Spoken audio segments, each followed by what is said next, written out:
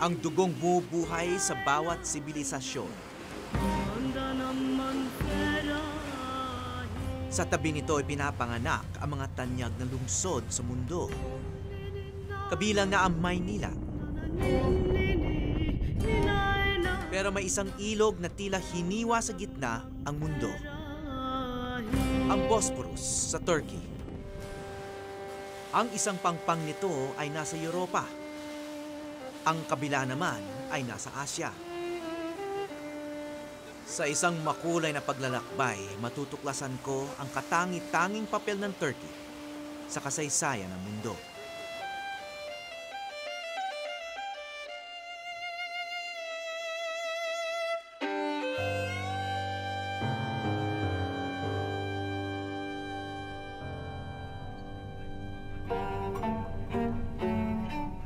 Kung sa Pilipinas, ilang daang taon lang ang bakas ng kasaysayan. Sa Turkey, libo-libong taon na. Halos hindi na mabilang ang sari-saring puwersang sumakop sa malawak at mayamang lupain ng Anatolia na dating tawag sa Turkey. At hanggang ngayon, nakatayo pa rin ang ilang istrukturang dating pumuprotekta rito. Ilang siglo na ang nakalipas. So ito, puno-puno ng tubig dati para mas mahirap makapasok doon. At doon naman, nandun yung mga sniper at mga sundalo ng mga Kristiyano.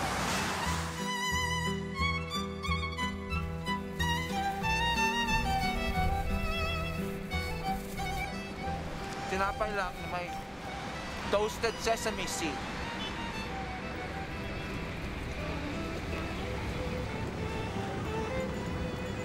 Marami ng hari ang tumapak sa daunang ito dito sa Istanbul.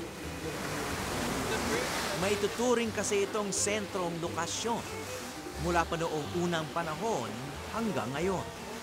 Nasa Bosphorus Straits kami ngayon, ang sinasabing crossroads ng dalawang kontinente.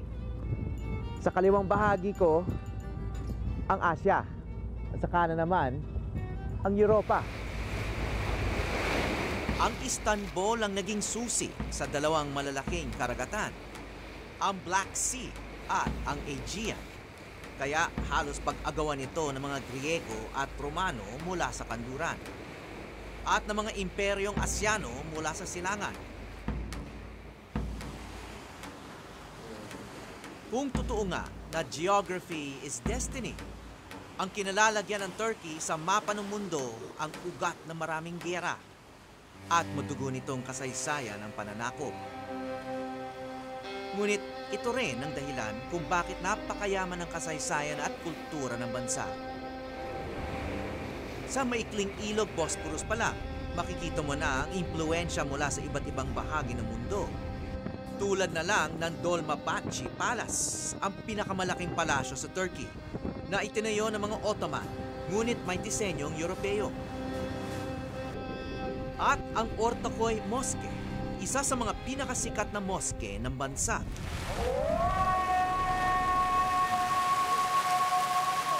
Halos lahat ng tao sa Turkey ngayon ay mga Muslim. Ngunit kitang-kita namin ang pagpapahalaga nila sa napakaraming bakas ng Kristyanismo, paganismo, at mga sibilisasyong nakasalamuhan nila noon. Naging bahagi rin ng Silk Road ang Turkey. Dinaanan ito ng mga sinaunang biyahero at negosyante mula Europa at Asya. Kaya umusbong dito ang malalaking merkado o mga bazaar. At ang pinakamalaki at pinakaluma sa kanila ang Grand Bazaar ng Istanbul. Ito ang sinaunang supermall na may 5,000 tindahan. Okay, 25. Ngayon, karamihan na nandito, mga souvenir shop para sa mga dayo tulad ko.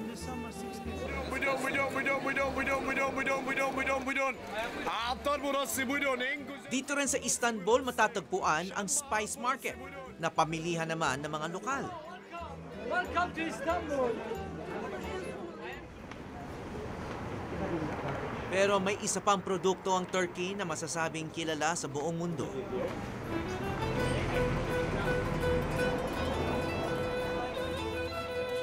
like to show. Whoa. See? One more time. This is the one.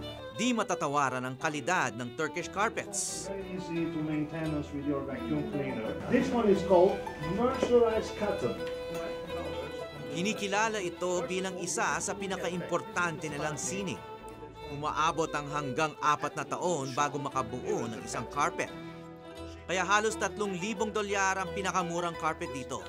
Definitely you will fall in love this beautiful masterpiece pure silk carpet, which is finished in 4 years of time by 2 professional master ladies. Oh, look at the beauty. Wow. Very interesting. Yes, you can touch and feel the quality. Please come here. Ladies and gentlemen, such a beautiful piece of art, which is 100% pure cocoon silk, will cost 38,000 American dollars. Kristiyano man o Muslim o pagano, mga iba't ibang kultura nagmula sa mga sumakop sa kanila. Natuklasan kong pantay-pantay pinapahalagahan ng mga ito ng mga Turko.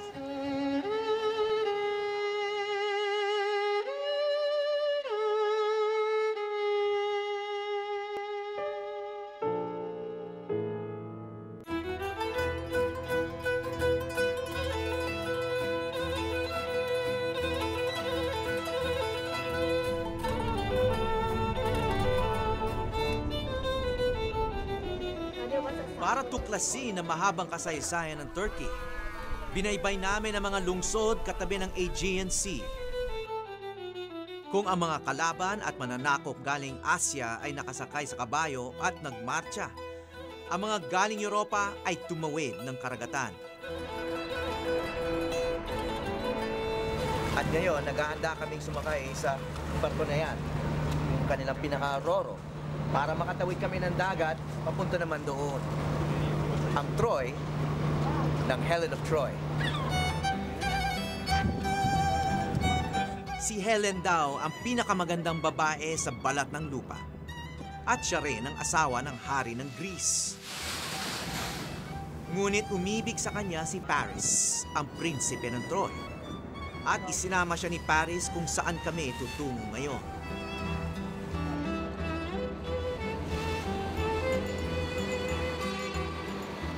Bago pa man naging sikat na pelikula ang kanilang love triangle.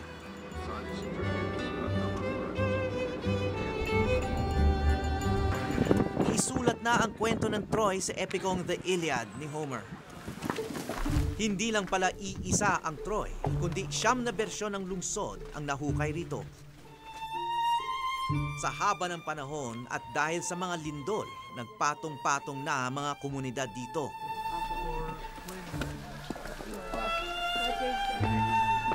Ngunit ang kwento ni Helen at Paris, tanging alamat lang pala. Ang tiyak, nakikipagdigmaan na ang mga Griego para sakupin ang bahaging ito ng Turkey, ilang siglo bago pa man nabuhay si Kristo. Ayon sa aming guide na si Dogan Senay, ito ang isa sa mga pangunahing dahilan. 3,000, 4,000 years ago, this flatland used to be sea.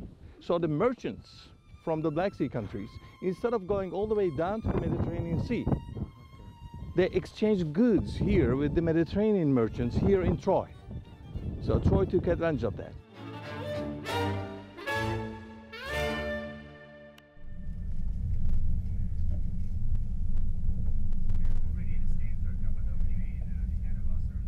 Maraming lugar sa Turkey ang naipit sa gitna ng mga naglalabang imperyo.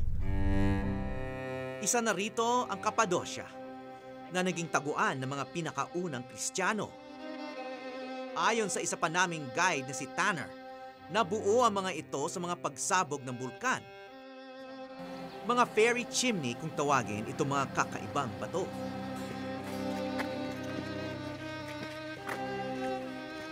How unique is this? Is this the only place that As is like far- this? Because there are many places with volcanoes. As far as I know, there's no another place like that in the world. Because there's no this kind of volcanic ash cover and there's no this kind of rock formations. Nahubog ng panahon at erosyon ang mga batong ito. Sa hugis nila, tila hindi rin may iwasang maalala ng iba ang isang bahagi ng katawan ng lalaki. What? You guarantee the Viagra? Is that real Viagra? This way 5-time guarantee. Civic Lifetime warranty. 5-time, 5. 5-time warranty. Meaning, Yeah. you use it 5 times? 2 months yun. 2 months. Okay, so, Viagra talaga yung... Unama, 2. Oh, 2 yun, 5-time guarantee. okay.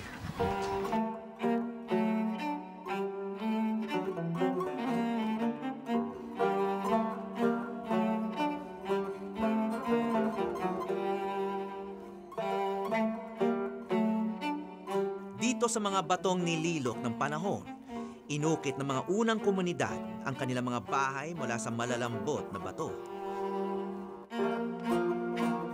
Wala raw katulad nito eh. Sa buong mundo. Ito lang yung mga ganitong ganyang karaming bahay at simbahan na nakaukit sa bato. Tsaka malawak ito. 100 kilometers by 200 kilometers yung area ng Cappadocia region. Na puro ganito.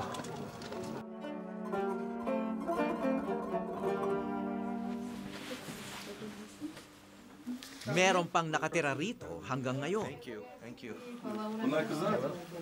Ginawa ang bahay na batong ito noong panahon ng sinaunang Griego. Ngayon si Adnan Ozcelik at kanyang pamilya ang nakatira rito. Siya rin ay karpintero at taga-ayos ng mga bahay na bato. Ito yung kusina nila. Kuweba siya. Pero hindi yung natural na kuweba dahil inukit ito sa bato. Ito yung isang anak niya, ayaw raw tumira dito kasi mga kaibigan daw niya, hindi naman daw nakatira sa kuweba. Gusto rin daw niya tumira sa apartment. Ito yung pinakasala nila dito sa bahay na bato. Karamihan sa mga sinaunang kuweba ay binili na ng gobyerno para gawing bahagi ng naturang open-air museum. Kabilang ang bahay nila. At dahil marami sa mga kuweba ay may biyak, ipinagbawal na rin ang pagtira sa mga ito. Pero ang pamilya ni Adnan, may pahintulot manatili rito basta magbabayad sila ng upa hanggat walang biyak ang kuweba. Because, yeah, every 6 months, every 8 months, they come here to control the government authorities that we don't touch anything, we don't do anything. They inspect. Here, they inspect, exactly. They're very strict. So they cannot touch anything here. Yeah, That's good. So this is the way it was even before. exactly. Yeah, this is the original one. Sila ang katibayan na gaano man katagal na ang kasaysayan ng Turkey. Buhay na buhay pa rin ito at pinapahalagahan.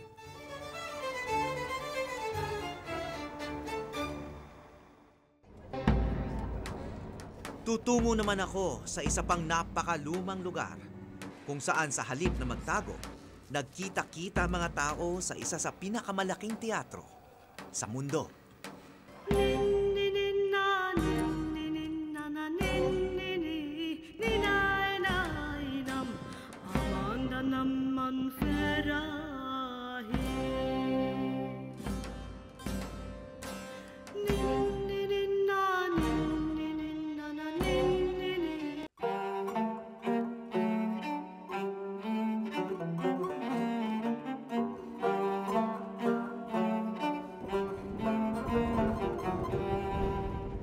Kasama sa yaman ng lupain dito ang saganang marmol at iba pang uri ng bato.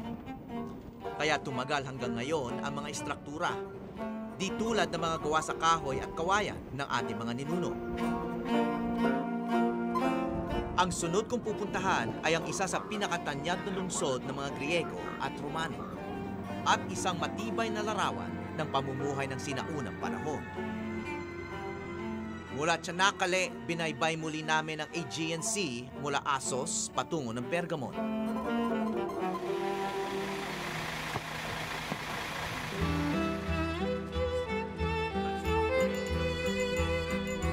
Isa itong Acropolis o siyudad na itinayo sa taas ng burol. Dito nakatira mga dating namumuno at elitistang Griego na 400 taong naghari rito. This was the capital city of the Pergamon Empire.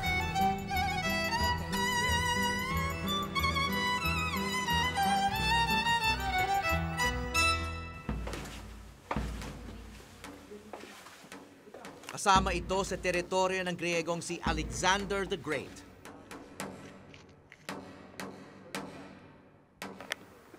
Dala ng mga Griego ang kanilang kaalaman sa siyensya, arkitektura, filosofiya at maging sa teatro. Tulad nitong teatro na pang 8,000 ang katao.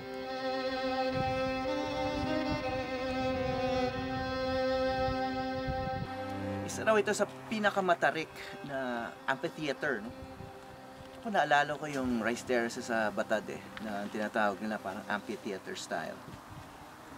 Pero hindi naman nila sinadyang ganyan Talagang matarik yung hill at saka wala pa silang teknolohiya para gawin siyang ibang anyo. Kaya dati yung mga struktura nila katulad nito sumusunod lang doon sa anyo ng bundok.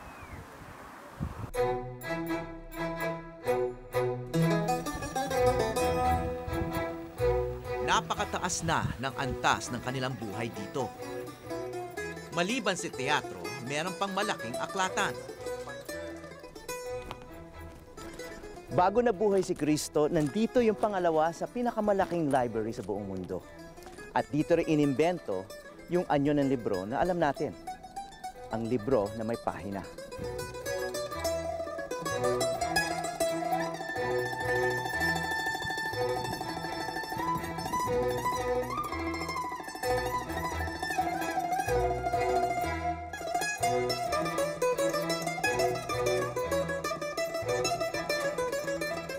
Kung sa Pergamon matatanaw pa ang pagbibigay halaga nila sa pagpapalawak ng isip, dito naman sa Hierapolis, ang kalusugan ang pinakapakay ng mga namumuno.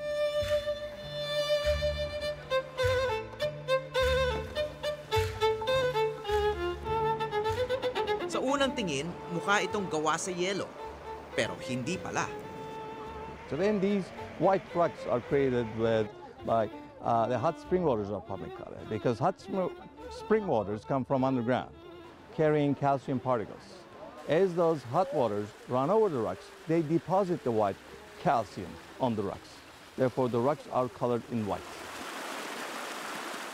Ito yung pinupuntahan ng may mga malulubhang sakit noong panahon ni Kristo. Isang healing city. Dahil meron dito mga thermal hot springs, yung parang katulad sa Pansol o Los Baños sa atin. Pero dito, naging malaking industriya. Kaya isa ito sigurong unang malaking health spa sa mundo.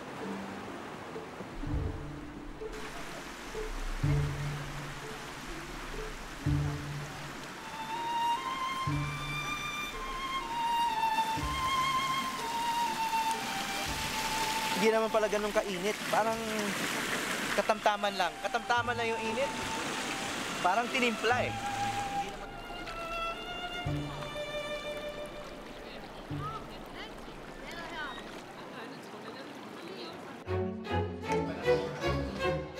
Ito naman ang wala noong sinaunang panahon.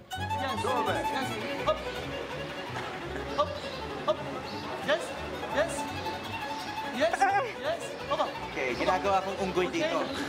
Okay. Yeah. Turkish ice cream, ha? Turkish ice cream. Alright. Show right. Come on. Ito pala ang Turkish ice cream na mas malagkit sa ibang ice cream at paulit-ulit hinahalo.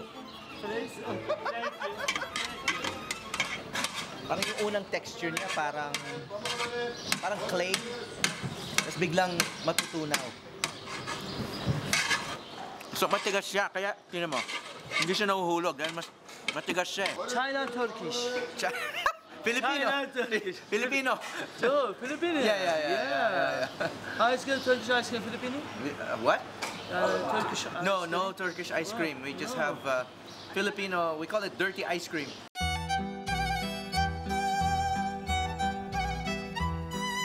Ang tamis at ganda ng Turkey ay matagal na nadiskubre ng iba't ibang lahi. Ngunit may mula sa kabilang dulo ng Asya Ang tila ngayon pa lang nakakatuklas sa yaman ng bayang ito sa huling mga taon.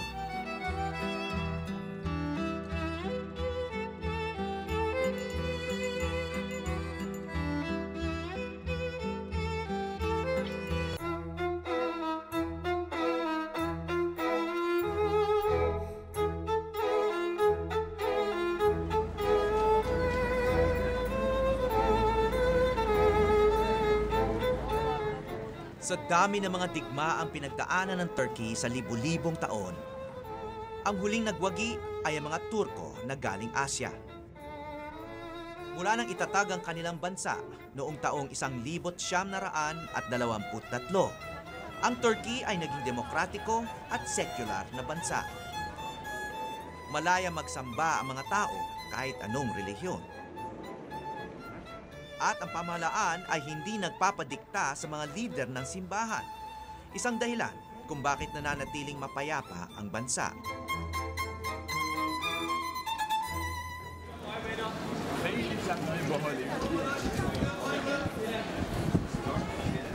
Sa mga nakaraang dekada, ang Turkey ay daanan lang ng mga OFW na patungo sa Middle East o Europa. Maihahambing sila sa mga biyahero noong unang panahon na kailangan tawirin ang lupain sa gitna ng dalawang kontinente. Ngunit dumarami na mga Pilipinong tumitigil at nananatili na rito. Tawag po ako ng mga kababayan namin na para may madatnan kayo naman. Post-Valentine's celebration. Kabilang si Elma Trinidad sa 4,000 Pilipinong nakatira sa Turkey. Lucky kami dito dahil kung sa Middle East, inaapi ang mga Pilipino, dito Pilipino ang nang-aapi sa amo. Yung amo ang natatakot sa amo, di ba? Yung amo ang natatakot sa katulong. Walang charge, no charge. Dito kahit overage, tinatanggap sa trabaho, tinatanggap ng mga employer. Mapalad lang kami dito talaga kasi mas mas priority ng mga employers ang mga Pilipino. Mas gusto nilang i-hire compared sa ibang nationality. Dahil sabi nila, efficient ang Pilipino, honest daw, malilinis, at talaga mapagmahal daw.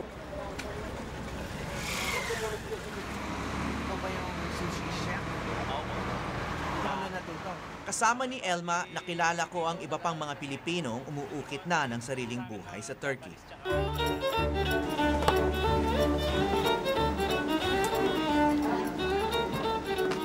Isa na rito si Angelito Rebong, isang sushi chef na taga Laguna. Mga Pilipino raw ang kinukuha sa ilang bagong Japanese restaurant sa Istanbul.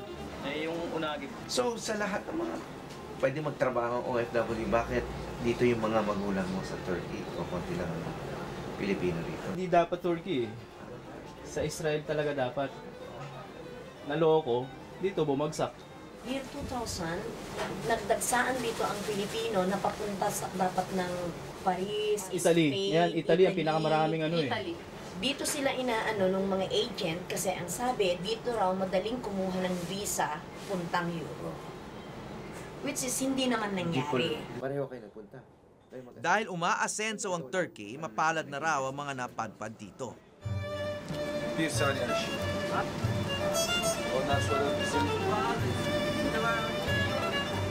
Kakaunti lang ang mga trabaho para sa mga banyagang lalaki noon. Pero ngayon, dumami na ang oportunidad sa mga tulad niya.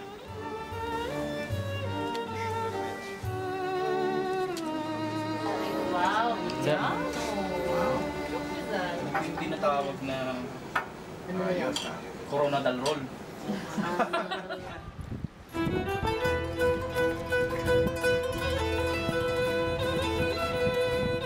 Si Elma naman, magsasampung taon nang nagtatrabaho bilang service staff sa Swedish Consulate sa Istanbul.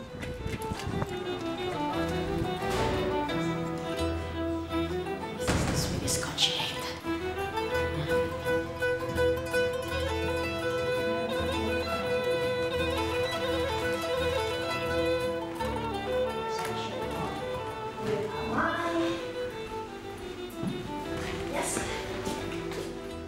Kasama niya ang kapwa Pilipino na si Zaldi na isa ring chef. 24 na taon na siyang nagtatrabaho dito sa Turkey. Alis natin ito. Tulog. Anila, maayos ang pakikitungo ng mga Turko sa mga Pilipino. Talagang ang napapansin nga namin dito iba ang tingin nila sa mga Pilipino mas mataas. Ang kasaysayan ng pananakop at digmaan ng Turkey ay sinundan naman ng mahabang panahon ng pag-iibayong dagat ng mga Turk upang magtrabaho at manirahan sa ibang bansa, lalo na sa Europa.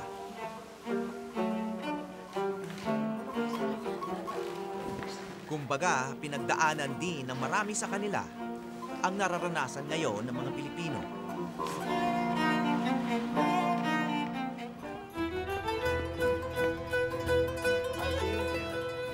Kaya maski ibang-iba ang kanilang kasaysayan at kultura sa atin, tila nagkakaunawaan. Tulad din nila, sinakop din tayo ng mga dayuhan. At ngayon, malaya, secular, at demokratiko na rin tayo.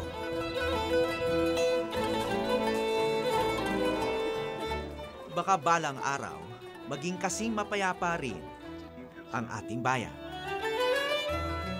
Mula sa Turkey, ako po si Howie Severino at ito ang Eyewitness.